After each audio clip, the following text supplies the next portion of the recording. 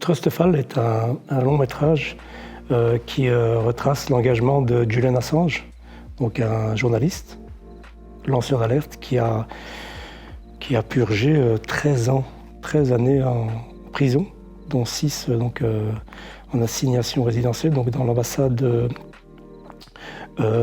équatorienne à Londres, et 5 ans et demi dans une grande prison de haute sécurité donc à Londres, tout simplement parce qu'il a osé dénoncer des pratiques illégales et surtout des comportements criminels de certains soldats, de certains responsables, de certains dirigeants notamment américains, et qui ont notamment occasionné des guerres. Et donc voilà, il en a fait un engagement, un combat. Il l'a payé très très cher, et voilà, donc ce film lui rend hommage. C'est un film assez incroyable, on en ressort vraiment, on n'en sort pas indemne au fait, parce qu'on se rend compte que voilà, ce monde que nous traversons aujourd'hui a tendance par moments à nous échapper, et que la vigilance est vraiment vitale si on veut nous permettre de se rapprocher de ce monde plus juste et égalitaire qui nous est tous si cher. Donc c'est un film vraiment nécessaire, très important, que j'invite vraiment à voir. Ce sont des films généralement qui sortent difficilement, parce qu'ils suscitent des débats, touchent des thématiques sensibles qui ne devraient pas l'être, notamment à travers la liberté d'expression, le droit d'informer, la notion de désobéissance civile par rapport à des États, des dirigeants qui ont des pratiques qui ne sont pas correctes, qui ne sont pas justes, et qui notamment font des entorses à des lois, à des amendements, notamment ici en l'occurrence le premier amendement des États-Unis qui donne la liberté de presse, d'informer, notamment sur des sujets super importants. Et donc voilà, donc c'est vraiment un film qui est à voir, et qui passera donc ce soir à 20h30 ici, donc dans le cadre du Festival du Luberon Film, ici à Pertuis. C'est parce qu'il me parle, et j'ai eu la chance de le voir, et c'est très dur. Et moi, je suis rentré dans le monde du cinéma, notamment par rapport à des réalités sociales. Donc, moi, je vis à Bruxelles et je travaille donc en première ligne sur le terrain. Et je continue d'ailleurs, parce que pour moi, c'est super important. Ça permet de préserver le cordon, en fait, et de ne pas partir dans la stratosphère. Et du coup, voilà, il m'a parlé, et j'ai vu notamment qu'il avait pas mal de difficultés à être réalisé déjà, parce qu'il n'y avait pas de financement public, et notamment la sortie, la distribution aussi. Et c'est comme ça que je me suis dit que voilà, peut-être que j'avais aussi une modeste contribution à amener.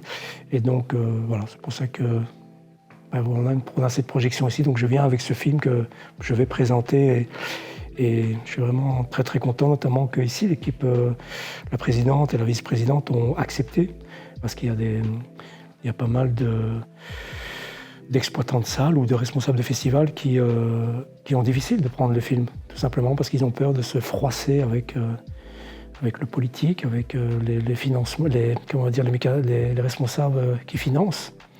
Et ça, malheureusement, je veux dire, c'est pas normal, je veux dire, parce que de tout temps, les artistes ont pris une place déterminante pour faire avancer le monde, ont éclairé notamment ce que nous avons de plus précieux, à savoir nos libertés.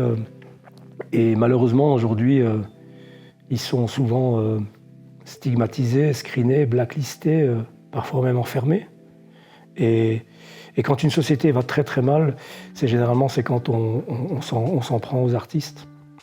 Et donc voilà, donc là il y a un peu à l'image notamment de Paul Watson aussi, je veux dire, qui fait partie aussi de tous ces lanceurs d'alerte, ces gens qui au péril de leur vie malheureusement sont malmenés, et on les met en prison, on les traite de criminels, de terroristes, quand leur simple revendication était simplement d'attirer notre attention sur des dérives. Et là, donc, je pense qu'on a tous un rôle à jouer, nous, les artistes, certainement, les personnes actives sur le terrain, mais c'est aussi voilà, l'opinion publique. Parce que je pense qu'à l'image d'un écosystème, on a tous une place à prendre. Et voilà, peut-être que nous, les artistes, sommes peut-être les premiers. Oui, oui, moi j'aime bien cette dénomination. Oui, parce que de tout temps, je le disais, les artistes accompagnent voilà, les sociétés qui sont souvent en pleine mutation et c'est très très difficile au fait d'être un artiste, certes engagé. Oui, moi je fais partie un peu de la diversité culturelle, donc je fais partie donc, de cette deuxième génération donc, d'origine marocaine. Donc mes parents sont venus suite à l'appel à main-d'œuvre ici en Europe, notamment en Belgique. Et donc bien évidemment, donc, j'ai un regard plus appuyé sur cette thématique, donc on accompagne notamment ces changements, cette rencontre interculturelle et qui malheureusement n'est pas encouragée d'en haut. Elle fonctionne en bas parce que voilà, cette diversité culturelle est amenée à se rencontrer et on le voit un peu partout, dans nos villages, dans nos villes, et tant mieux. En Europe notamment ici dans le sud de la France. Mais peut-être on aurait souhaité qu'elle soit plutôt encouragée d'en haut. Et malheureusement, en haut, elle est plutôt stigmatisée. Elle est plutôt, quand on voit aujourd'hui l'extrême droite qui monte un peu partout, notamment ici, c'est notamment parce qu'on a tendance un peu à surfer sur les peurs, au fait. Et dire que l'autre, c'est un parasite, l'autre, il est dangereux, l'autre, il vient... Et non, moi je ne suis pas d'accord, parce que l'autre, s'il est ici, c'est pas un hasard, c'est pas le fruit d'un hasard. L'autre, s'il est ici, c'est parce qu'on a été le chercher.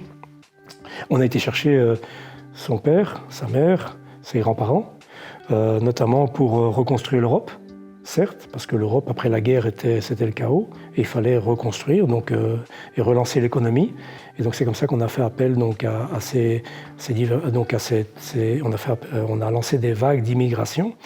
Et puis notamment avant, on l'oublie aussi, c'est notamment à la libération aussi, par rapport à la libération. Il fallait aussi des hommes pour se battre. Et donc généralement, on allait chercher aussi des hommes dans les colonies. Des hommes plutôt des jeunes hommes, parfois même des mineurs, mais je pense même une bonne majorité de mineurs, qui étaient souvent enrôlés de force donc, au sein des colonies françaises, pour venir combattre, parce que notamment il fallait préserver les nationaux. Et donc voilà, donc c'est ces grandes pages de l'histoire que malheureusement n'ont pas été occultées, mais elles ont été arrachées. Et alors, je pense que c'est mon GSM qui sonne.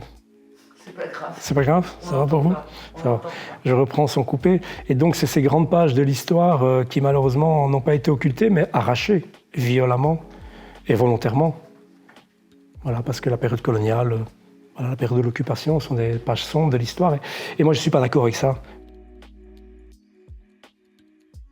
Tout à fait, oui. Je trouve qu'il y a des vertus qui sont assez incroyables, justement, parce qu'il y a plus qu'une proximité, il y a, comment on va dire, il y a un lien qui est fondamental entre ces deux dynamiques, ces deux supports, qui fait qu'ils ont tendance à s'alimenter. Enfin, moi, ils m'alimentent, en tout cas. C'est pour ça que quand je travaille sur une thématique, je travaille constamment sur les deux, parce que je trouve qu'ils sont vraiment nourrissants. Et voilà, et c'est ces deux dynamiques différentes qui sont super complémentaires. Est-ce que tu pourrais reprendre, parce qu'au cas où la question ne soit pas prise, je vais dire... le documentaire et la fiction, oui, excuse-moi. Oui. Voilà. Et donc, oui, alors moi j'ai la chance de travailler à la fois sur le documentaire et la fiction, parce que j'estime que vraiment que ces deux supports, ces deux dynamiques s'entremêlent et surtout se nourrissent, s'alimentent et nous nourrissent. Et donc, je trouve ça super intéressant, en fait. Et parfois, je commence par la fiction, parfois le documentaire, mais je trouve vraiment qu'ils sont vraiment complémentaires. Et notamment parce que quand on est dans une dynamique, on ne peut pas nécessairement aller... On a besoin de l'autre pour aller beaucoup plus loin. Et donc, c'est pour ça qu'elles sont vraiment, je trouve, nécessaires à préserver. Et puis, le documentaire, on l'oublie souvent. C'est quand même, c'est lui qui nous permet de tirer vers le haut et d'aller vers une forme d'élévation qu'on a tendance à perdre. Parce que sinon, la fiction, elle a tendance notamment à se diluer, notamment aujourd'hui, surtout notamment avec ce monde plutôt capitalisme qui a tendance à à imprégner le monde du cinéma, du 7e art. Et du coup, si on n'a pas le documentaire, qui nous ramène au réel, au fait, qui nous retire, malheureusement, et on voit le résultat par rapport à nos cinématographies. Elles ont tendance, malheureusement, à être prises par les multinationales, qui fait que c'est le profit, au fait. Je pense qu'il y a une multitude d'éléments qu'on peut amener pour répondre à ta question. Je pense que c'est les limites de l'un et de l'autre, comme je le disais, notamment ici en l'occurrence du documentaire. Donc je pense que pour aller plus loin, je pense que c'est un paramètre. Un autre paramètre, c'est notamment de toucher un plus large public. Et voilà. Et puis en plus, quand tu travailles avec des réalités qui sont très dures, notamment durant la guerre, moi j'ai beaucoup travaillé donc, sur cette thématique, donc avec un documentaire et une fiction, La couleur sacrifice et Les hommes d'argile. J'avais besoin de travailler sur ces deux dynamiques en parallèle notamment.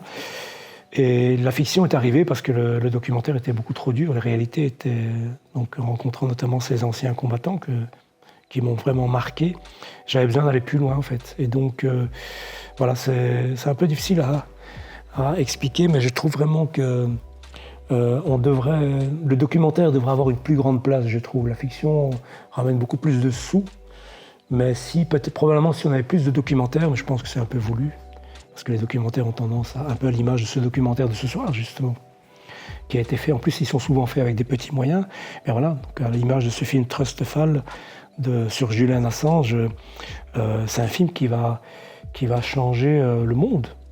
Qui va vraiment, donc là, ils sont en train de le traduire dans toutes les langues. C'est la première version française, donc c'est aussi une exclusivité ici en Europe. Je suis assez content qu'ici, on puisse le voir ce soir.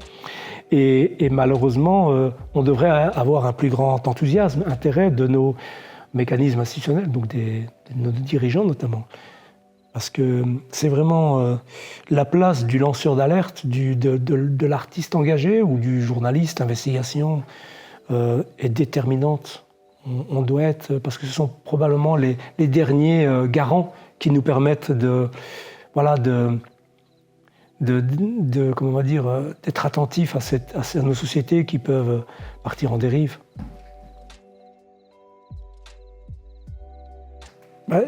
Déjà, je trouve que c'est au niveau de la sélection, c'est sa pluralité, je trouve. Il y a quelque chose d'assez intéressant. C'est que, déjà, ce sont des films généralement qui ont de la substance, qui ont une âme. Donc, on est loin des films qu'on peut retrouver dans d'autres festivals, films commerciaux. Et ça, je trouve que c'est quand même une vertu assez importante dans un festival. Donc, on retrouve non seulement des films intéressants, qui ont des sujets super forts, nécessaires, et en plus traités avec différentes façons, donc des films de genre notamment. Et c'est ça, je trouve aussi super intéressant, c'est-à-dire qu'on peut sur une journée voir, à l'image un peu d'hier notamment, des films qui ont la même thématique. Par exemple hier notamment cette dimension, ce sont des films sur la condition humaine, deux films sur la condition humaine, notamment sur notre rapport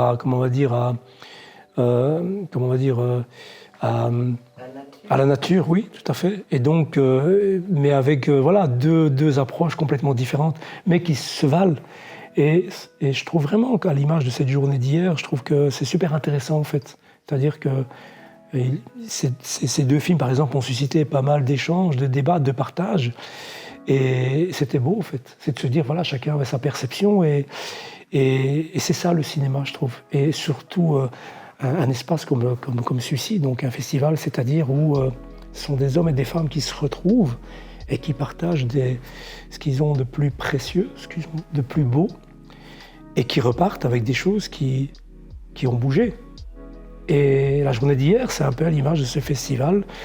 Et donc je trouve ça très fort de repartir parce que ça nous alimente, ça nous enrichit et ça nous donne de l'espoir surtout. C'est de se dire qu'on est plusieurs avec différentes sensibilités, différentes croyances, différentes cultures. Et pour finir, on se retrouve sur un axe, sur un prisme qui est cette dimension humaniste et surtout cette envie d'apporter un peu plus de beauté, de grâce dans ce monde qui nous échappe.